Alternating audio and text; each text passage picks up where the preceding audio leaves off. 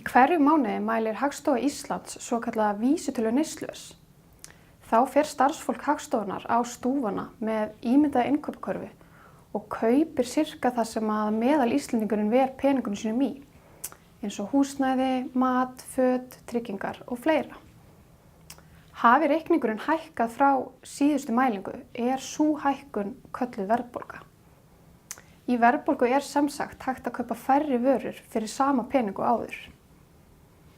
Þegar talað er að verðbólga sé til dæmis 2%, þá er yfirleitt átt við að vísitala neysluverðs hafi hækkað 2% á síðustu 12 mánuðum. Því hver og einn mánuður getur gefið skakka mynd af verðbólgunni, meðal annars í útsölumánuðum. Til dæmis í janúar eru oft miklar útsölur og þá er líklegt að Hagstofa mæli lækkun á verði á vörum í þeim mánuði. Þegar útsölum lýkur í febrúar þá gengur sú lækkun tilbaka. Þess vegna er mikilvægt að skoða breytingar á vísitölu neysluverðs til lengri tíma og yfirleitt er miðað við 12 mánuði.